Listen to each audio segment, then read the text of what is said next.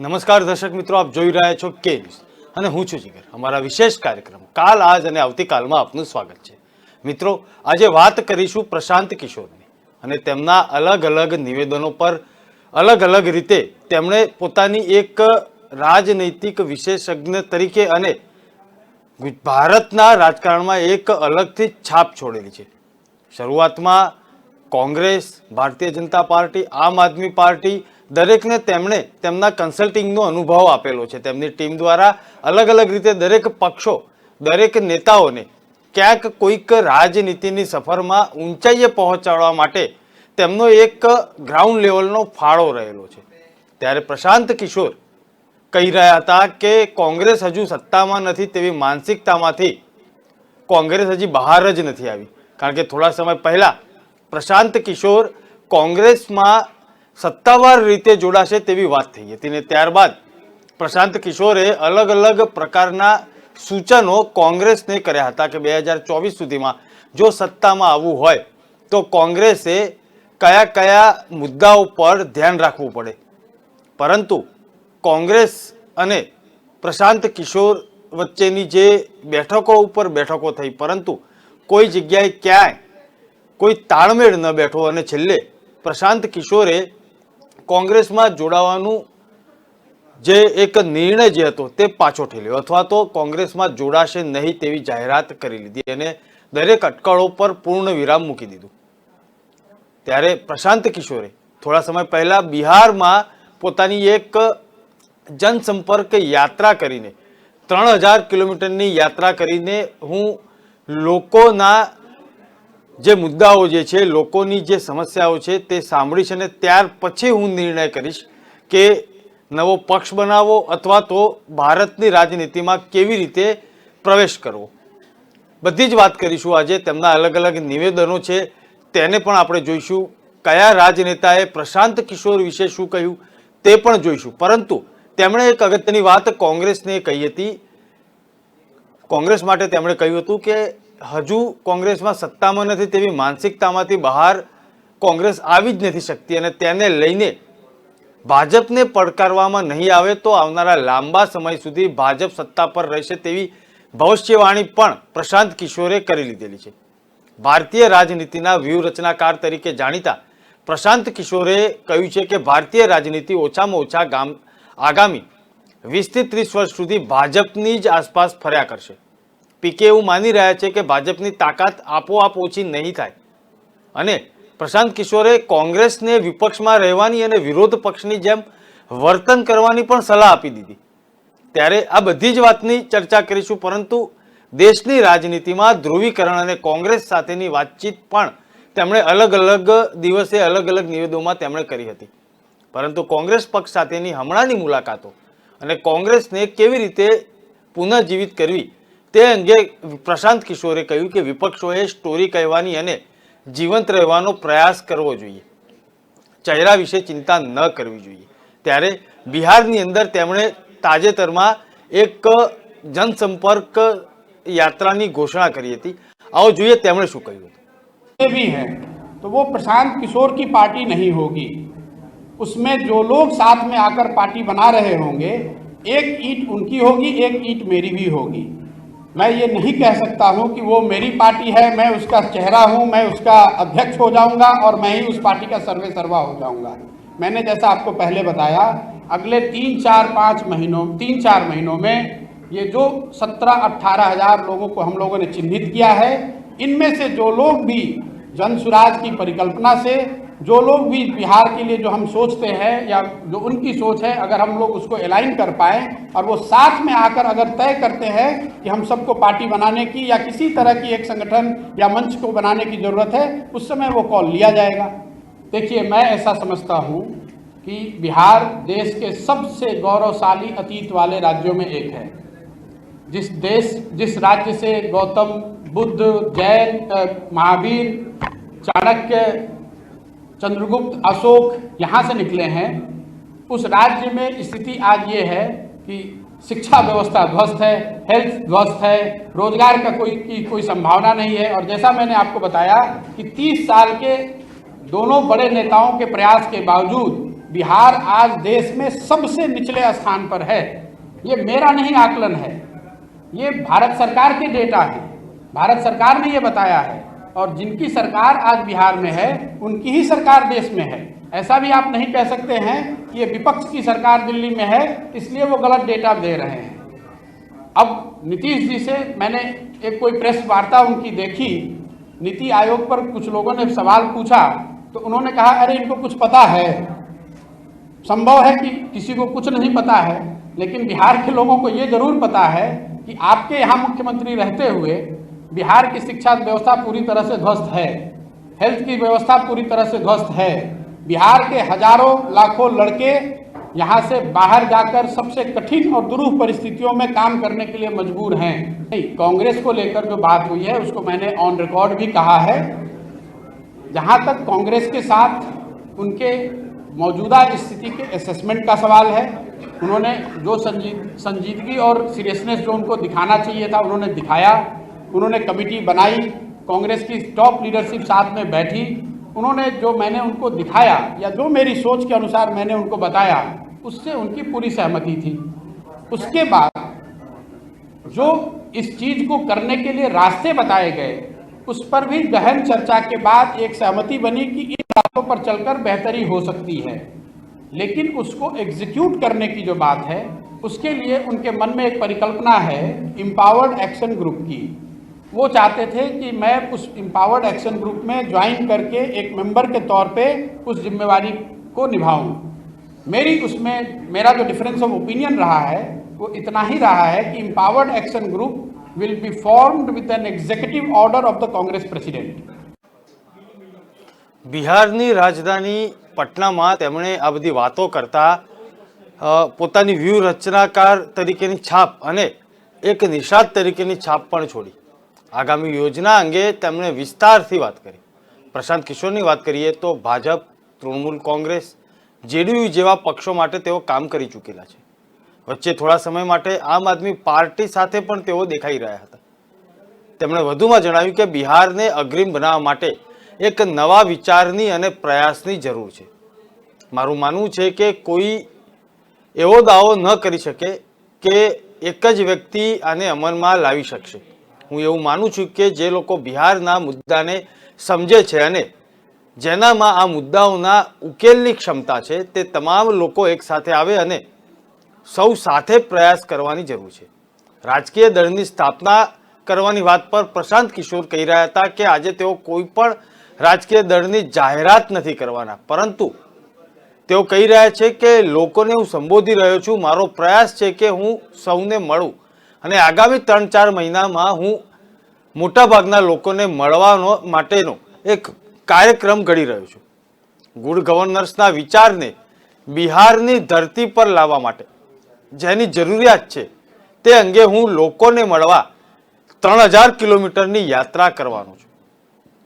જ્યારે બિહારની રાજનીતિની વાત આવે ત્યારે બિહારના મુખ્યમંત્રી નીતિશ કુમાર પણ તેમનું શું કહેવું છે તે પણ જાણવું જરૂરી છે। પ્રશાંત કિશોરને લઈને આવો જોઈએ નીતિશ કુમાર પ્રશાંત કિશોરને લઈને શું કહી રહ્યા છે। तो आप ही लोगों को पता है कि किया है कि नहीं किया है। कौन क्या बोलता है उसका कोई महत्व नहीं है, महत्व है सत्य का। तो आप सब जानते हैं कि क्या हुआ है और कितना काम किया गया है।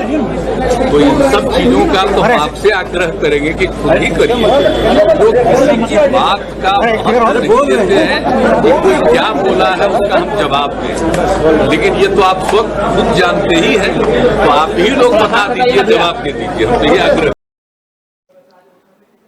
નીતિશ કુમાર તો કહી રહ્યા છે કે કોણ અને કઈ વ્યક્તિ શું બોલી રહી છે તે મહત્વનું નથી, સત્ય બોલે તે મહત્વનું છે। ત્યારે એક તરફ પ્રશાંત કિશોર 3000 કિલોમીટરની યાત્રા કરીને બિહારના મોટાભાગના એરિયાને કવર કરીને મોટાભાગના લોકોને મળવાનું પ્લાનિંગ કરી ચૂક્યા છે। ત્યારે તેઓ કહી રહ્યા છે કે ગુડ ગવર્નન્સના વિચારને બિહારની ધરતી પર લાવવા માટે જેની જરૂરિયાત છે એ અંગે હું પબ્લિકને લોકોની વચ્ચે જઈ રહ્યો છું। આ સંબંધે 3-4 દિવસમાં તેમણે 150 લોકો સાથે મુલાકાત પણ કરેલી છે। પ્રથમ જાહેરાત તેમણે આ કરી છે અને આગામી 3-4 મહિનાની અંદર 17-18 હજાર લોકોને મળવાનું તેમનું એક લક્ષ્ય છે. તેમનું એવું પણ કહેવું છે કે આ લોકો મળીને કોઈ પક્ષ બનાવે તો એ માત્ર પ્રશાંત કિશોરનો જ પક્ષ નહીં હોય. પ્રશાંત કિશોર એવું પણ જણાવી રહ્યા છે કે પશ્ચિમ ચંપારણથી 3000 કિલોમીટરની પદયાત્રા શરૂ કરશે. હાલમાં જ થયેલી 5 રાજ્યોની વિધાનસભાની ચૂંટણીઓમાં કોંગ્રેસને કારમી હારનો સામનો કરવો પડ્યો છે. ત્યારબાદથી પાર્ટીમાં ફેરબદલની વાતચીત થઈ રહી હતી. આ દરમિયાન એવા વચ્ચે સમાચાર આવ્યા કે રાજકીય રણનીતિકાર પ્રશાંત કિશોર કોંગ્રેસમાં સામેલ થઈ શકે છે. પાર્ટી અને તેમની વચ્ચે ઘણા દોરની વાતચીત પણ થઈ અને સંમતિ કોઈક વાત પર થઈ શકી નહીં અને ત્યારબાદ પીકેએ એલાન કર્યું કે કોંગ્રેસમાં નહીં જોડાય. હવે તેમણે એક ટ્વીટ રાજકીય ગલીઓમાં ખળભળાટ મચાવી દીધો છે, તેની પણ વાત કરીશું. પરંતુ જ્યારે પ્રશાંત કિશોર બિહારમાં 3000 કિલોમીટરની પદયાત્રા કરીને 18 થી 20,000 લોકોની વચ્ચે જઈને કઈ રીતનું એલાન કરી શકે છે તે એક ઇંતેજારી સામે આવતી હોય ત્યારે બિહારના એક સમયના દિગ્ગજ નેતા અને અત્યારે હાલ પણ તેમનું વજન છે તેવા લાલુ પ્રસાદ યાદવ શું કહી રહ્યા છે તે જોઈએ. तो वो हमारा बेटा है, आप क्यों जा रहे हो मस्जिद के पास?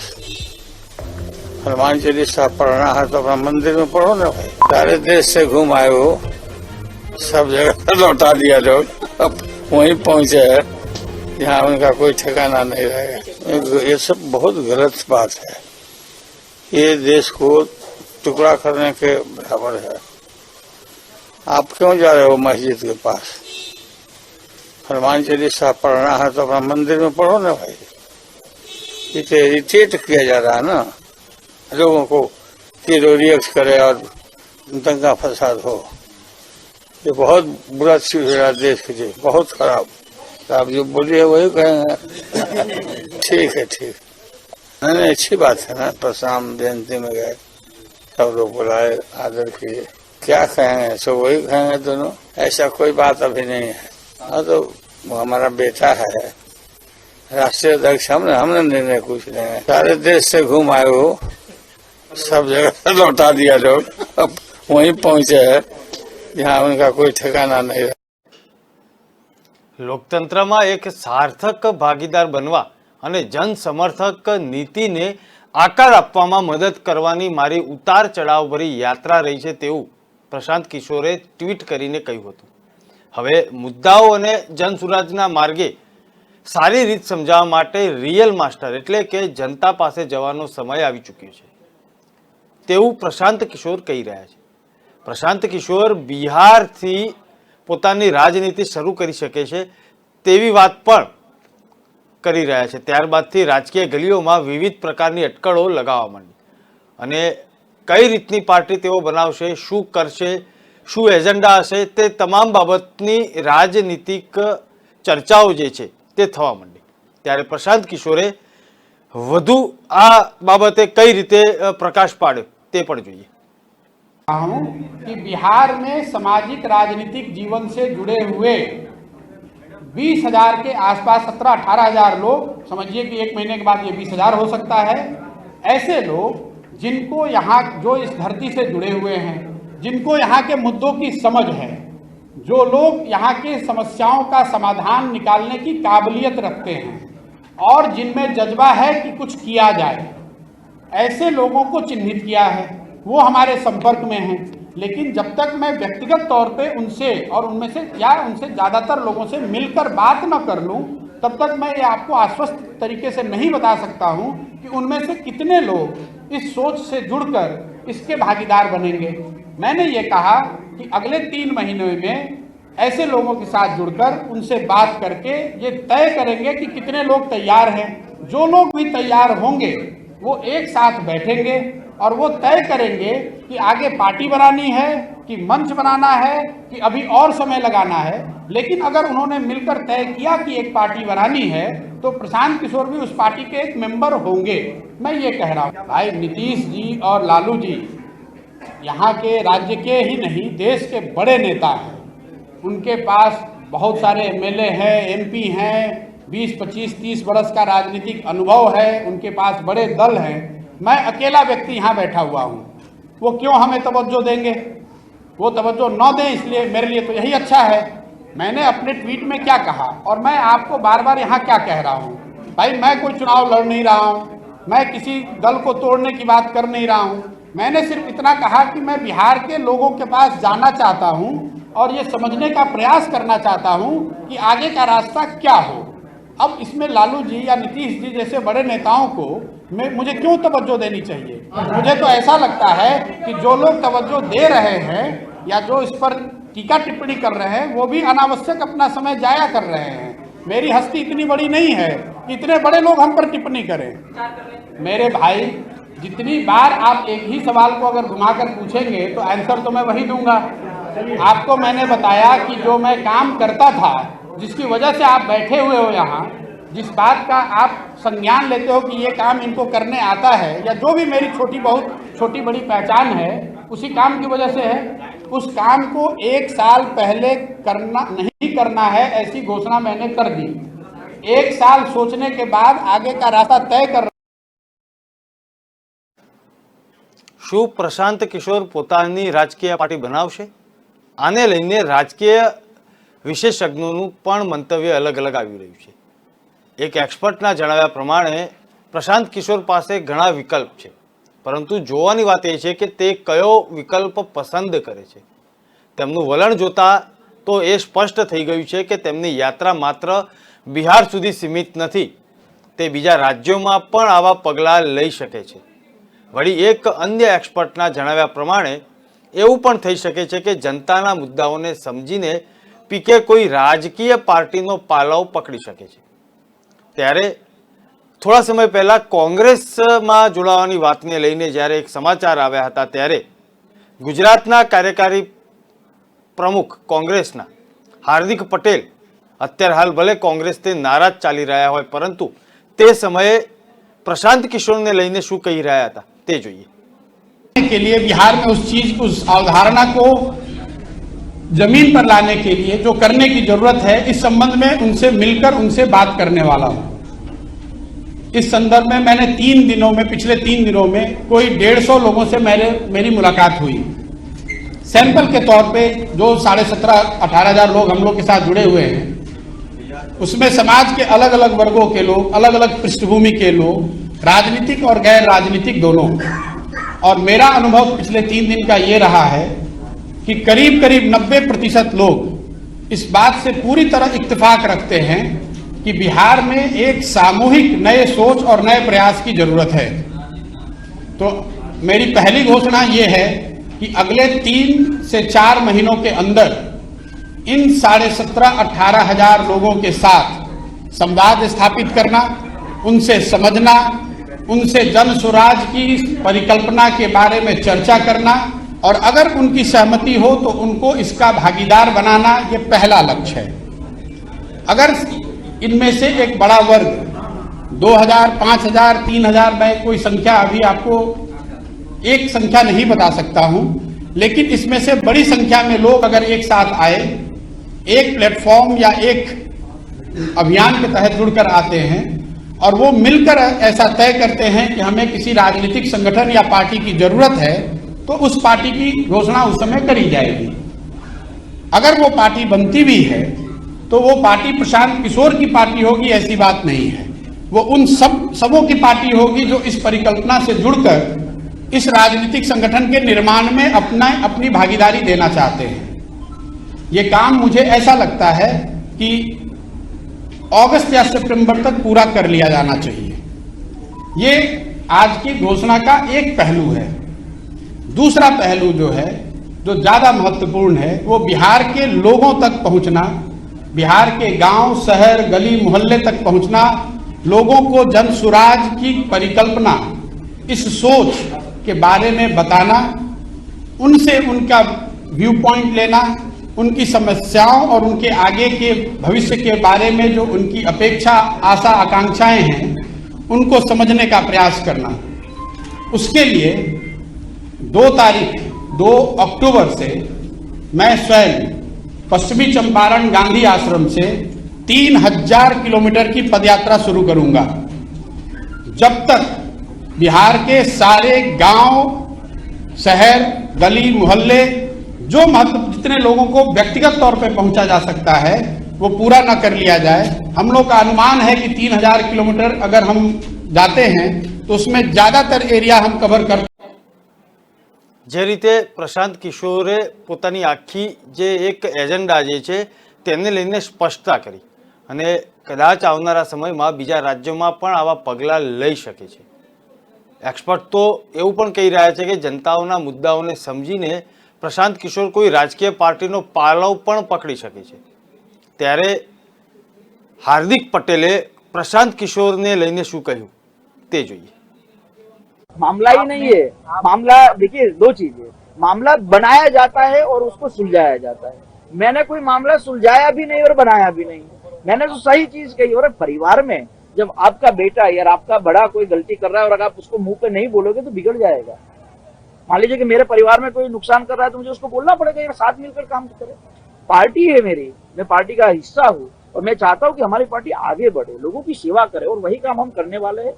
थोड़ी नाराजगी होती है, थोड़ी चर्चाएं होती है, उस चर्चाओं का समाधान बहुत जल्द हो जाएगा, मुझे भरोसा है, क्योंकि ये गांधी की पार्टी, सरदार की पार्टी है। आशा रखता हूँ जल्द से जल्द इसका निराकरण हो जाएगा और आने वाले दिनों में इस प्रदेश की जनता के लिए, इस प्रदेश के हितों के लिए बड़े जोरों से लड़ेंगे, बड़े जोरों से आगे बढ़ेंगे। और मुझे भरोसा है कि जितनी भी नाराजगी होती है वो कहीं ना कहीं छोटी मोटी गलतफहमियों के कारण होती है, इसको निकाल देंगे। जो चर्चा है पिछले कई दिनों से चल रही है, Prashant Kishor is not politician. मैंने पहले भी कहा है ये बात। प्रशांत किशोर एक स्ट्रेटेजी मेकर है जो चुनावों को बनाता है, बिगाड़ता है। उसका काम प्रशांत किशोर का ये होता है। और मान लीजिए कि उसकी पार्टी में आने के लिए पार्टी के वरिष्ठ नेताओं से जो चर्चाएं चल रही थी उसमें क्या हुआ क्या नहीं, उससे मुझे कोई फर्क नहीं पड़ता, या फिर उसमें मैं ज्यादा समझना नहीं चाहता। लेकिन दोनों की तरफ से क्या हुआ होगा, क्या जानना होगा, वो रणदीप सुरजेवाला जी ने ट्वीट करके अपने आप खुद ईमानदारी से बता दिया। बिल्कुल आना चाहिए, बिल्कुल आना चाहिए। अगर इस राज्य के हितों के लिए आप कुछ करना चाहते हैं, इस राज्य की उन्नति के लिए, उसकी प्रगति के लिए कुछ करना चाहते हैं, तो नरेश भाई को भी आना चाहिए। नरेश भाई जैसे कई लोग हैं जो छोटे छोटे गांवों में काम करते, जिलों में काम करते, अपने समाज का काम करते, सबको आना चाहिए और एक मंच पर आकर इस राज्य के हित के लिए एक नई पुकार के साथ, एक नई क्रांति के साथ आगे बढ़ना चाहिए। मैं तो भी कांग्रेस में हूँ, तो मैं तो यही कहूंगा कि कांग्रेस में जुड़िए। પ્રશાંત કિશોરે કોંગ્રેસમાં આવવું જોઈએ કે નહીં તે પ્રશાંત કિશોરનો નિર્ણય છે, નરેશભાઈએ આવું કે નહીં તે નરેશભાઈનો નિર્ણય છે। પરંતુ હાર્દિક પટેલ એક વાત તો કહી રહ્યા હતા કે બંને મહાનુભાવોએ કોંગ્રેસમાં આવવું જોઈએ અને કોંગ્રેસમાં આવવાથી પાર્ટી મજબૂત થશે તેવું પણ તેમનું માનવું હતું।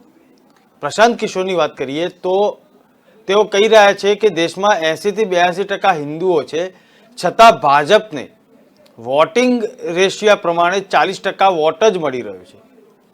ભાજપ ધ્રુવીકરણના આધારે ચૂંટણી જીતતો હોવાથી સંપૂર્ણ વાત જે છે તે ખોટી હોવાનું ચૂંટણીના રણનીતિકાર પ્રશાંત કિશોરનું માનવું છે।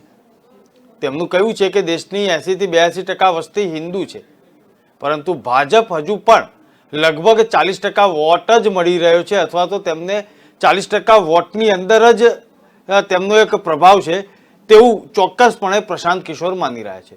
બિહારના રાજકારણમાં પ્રવેશવાની તેઓ જાહેરાત કરી ચૂક્યા છે। દેશના રાજકારણમાં કથિત રીતે વધી રહેલા ધ્રુવીકરણને મુદ્દે તેમને સવાલ પૂછાયો અને ત્યારે તેમણે કહ્યું કે આ ધ્રુવીકરણને ખૂબ જ અતિશયોક્તિ રીતે રજૂ કરવામાં આવી રહ્યું છે।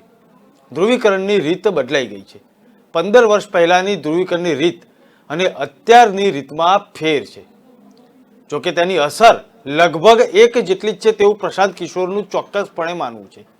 ચૂંટણીના આંકડાઓનો અભ્યાસ તેઓ કરી રહ્યા છે અને તેના આધાર પર તેઓ કહી રહ્યા છે કે સૌથી વધુ ધ્રુવીકરણ થયું હોવાનું કહેવાતું હોય તો તેવી ચૂંટણીમાં કોઈ પણ એક સમુદાયના 50 થી 55% મતદારો કોઈ પણ પાર્ટી એકત્રિત કરી શકતી નથી।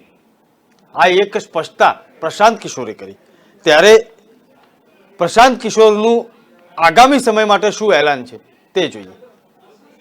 उनके पास बहुत सारे एमएलए हैं, एमपी हैं, 20, 25, 30 वर्ष का राजनीतिक अनुभव है, उनके पास बड़े दल हैं। मैं अकेला व्यक्ति यहाँ बैठा हुआ हूँ, वो क्यों हमें तवज्जो देंगे? वो तवज्जो न दें, इसलिए मेरे लिए तो यही अच्छा है। मैंने अपने ट्वीट में क्या कहा और मैं आपको बार बार यहाँ क्या कह रहा हूँ, भाई मैं कोई चुनाव लड़ नहीं रहा हूँ, मैं किसी दल को तोड़ने की बात कर नहीं रहा हूँ, मैंने सिर्फ इतना कहा कि मैं बिहार के लोगों के पास जाना चाहता हूं और ये समझने का प्रयास करना चाहता हूं कि आगे का रास्ता क्या हो। अब इसमें लालू जी या नीतीश जी जैसे बड़े नेताओं को मुझे क्यों तवज्जो देनी चाहिए? मुझे तो ऐसा लगता है कि जो लोग तवज्जो दे रहे हैं या जो इस पर टीका टिप्पणी कर रहे हैं वो भी अनावश्यक अपना समय जाया कर रहे हैं। मेरी हस्ती इतनी बड़ी नहीं है, इतने बड़े लोग हम पर टिप्पणी करें। भाई, जितनी बार आप एक ही सवाल को अगर घुमाकर पूछेंगे तो आंसर तो मैं वही दूंगा। आपको मैंने बताया कि जो मैं काम करता था, जिसकी वजह से आप बैठे हुए हो यहाँ, जिस बात का आप संज्ञान लेते हो कि ये काम इनको करने आता है, या जो भी मेरी छोटी बड़ी पहचान है, उसी काम की वजह से है। उस काम को 1 साल पहले नहीं करना है ऐसी घोषणा मैंने कर दी। 1 साल सोचने के बाद आगे का रास्ता तय कर रहे हैं और आपको पब्लिकली बता रहे हैं कि भाई बिहार में ये करने जा रहे हैं। अब अगर आपको फिर भी मन में डाउट है तो बेझिझक आप वो डाउट रखिए और आने वाले महीने में मेरे कार्यकलाप को देखिए और उसके अनुसार फिर अपना मन बनाइएगा। देखिए 2015 में आप में से जिन लोगों ने गंभीरता से उस अभियान को देखा होगा, 7 निश्चय की परिकल्पना बिहार में 40,000 गांवों में लोगों से फीडबैक लेने के बाद करी गई थी, लेकिन उसको इम्प्लीमेंट करने की जो जिम्मेवारी है वो साहब जो सरकार है उनकी है। मैं सरकार में तो कभी शामिल रहा नहीं हूं। પ્રશાંત કિશોર કહી રહ્યા છે કે મતોનું ધ્રુવીકરણનું સ્તર 50% સુધી થઈ જાય છે, એટલે કે કોઈક એક પક્ષથી પ્રભાવિત હોવાને કારણે 50% લોકો એક પક્ષને મત આપી રહ્યા છે। પરંતુ અહીં નોંધવા જેવી વાત એ છે કે ધ્રુવીકરણથી પ્રભાવિત દરેક હિન્દુ બીજા હિન્દુ પણ છે કે જેઓ પ્રભાવિત નથી। પ્રશાંત કિશોર કહી રહ્યા છે કે હિન્દુ મુસ્લિમ ધ્રુવીકરણ નિર્ણાયક છે અને તેને કારણે ચૂંટણી જીતવી કે હારી શકાય છે તેવું માનવું પણ ખોટું છે। ત્યારે તેઓ વધુમાં કહી રહ્યા છે કે તમામ રીતે ભાજપને જ્યારે 40% વોટ મળી રહ્યા હોય ત્યારે 1 મિનિટ માટે કલ્પના કરો અને કહો કે ભાજપના હિન્દુત્વથી પ્રભાવિત બધા જ મતદાર તેને મત આપે છે ખરા? તે પણ એક સવાલ છે। ભાજપને મત આપનારા મતદારોની સંખ્યા દેશમાં હિન્દુઓની કુલ સંખ્યાના અડધાથી પણ ઓછી છે તેવું પ્રશાંત કિશોર સ્પષ્ટ માની રહ્યા છે અને આવનારા સમયમાં તેઓ પદયાત્રા કરવાના છે બિહારના ચંપારણથી અને 3000 કિલોમીટરની પદયાત્રા કર્યા પછી તેઓ 20,000 લોકોને મળીને નિર્ણય કરશે અને એક્સપર્ટ તો ત્યાં સુધી કહી રહ્યા છે કે દેશના અલગ અલગ રાજ્યોમાં પણ આ જ પ્રકારની સ્ટ્રેટેજી અપનાવીને ભારતીય રાજકારણમાં તેઓ પ્રવેશ કરી શકે તેવી સંભાવના છે। તે તો આવનારા સમયમાં કહેશે કે પ્રશાંત કિશોરની સ્ટ્રેટેજી શું છે અને જનતા કઈ રીતે તેમને સ્વીકારે છે। દર્શક મિત્રો, કાલ આજ અને આવતીકાલમાં આજે આટલું જ। આવતીકાલે ફરીથી મળીશું, ત્યાં સુધી મને રજા આપશો। નમસ્કાર।